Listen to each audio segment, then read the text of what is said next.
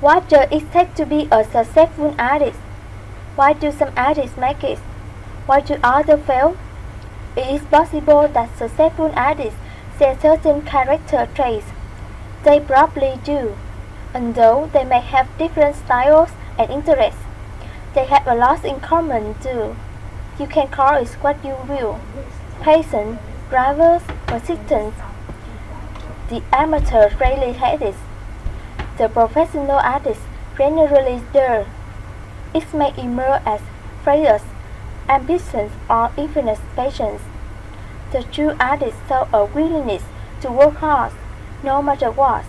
Time barely matters. Only the creative result is important.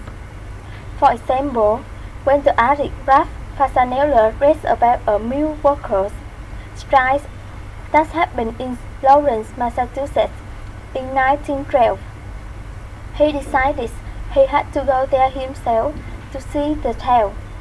After arriving, he checked into a cheap hotel, spent the evenings in the local libraries, visited the museum, and examined the old mill machinery to understand the details.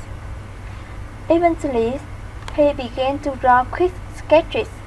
Before long, Fasanella was devoting 12 to 14 hours a day to his paintings, which depicted the straits and the life of the mill workers. Ultimately, he spent 3 years in the community talking to people, drawing, and doing a series of paintings. He simply had to paint. Fasanella had never studied art, but he was stood down for its energy and details. This single-minded purpose, this deep affection for art, turns up in the story of most major artists. They can't be discouraged for any great length of time. They don't care if their art sells. They are rarely influenced by others' expectations because they follow their own instincts. Although Vincent van Gogh received no recognition during his lifetime, he continued to paint. Indeed, he was so passionate about his art that he painted at night using candles on his head. In all, he created 1,800 paintings in 10 years. Almost none of them sold. To the true artist, the task at hand is the only thing that matters. The extremely successful artist Leroy Neiman says he started life in poverty. I had no contacts at all, and I came from a broken home. Neiman never finished high school, yet he overcame all these problems. He kept trying and working at art constantly.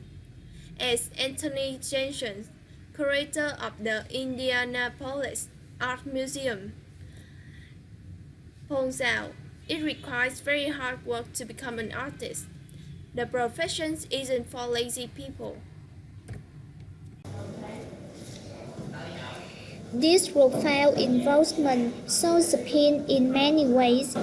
Angelo Di Benedetto, a well-known sculptor, spent 20 uninterrupted hours working on one piece. Later, he even took it into his bedroom. I had to see it when I woke up, he says. Similarly, C.E. Judge, an artist from the 1850, whose oil paintings are on display at New York's Corpus Hewitt Museum, specialized in pictures of the Labrador Ibex. When he was painting, Judge would roll himself as close as possible to the ibex so that he could make a realistic drawing of the falling ice. The passion of the painter is always there, regardless of the consequences. Shirley L. Johnson, an American watercolor painter, once set up her easel on a Paris street, but unknowingly chosen a real forbidden to artists. She was soon confronted by a French police official who made her pack up and leave. She didn't comment about this event like all artists.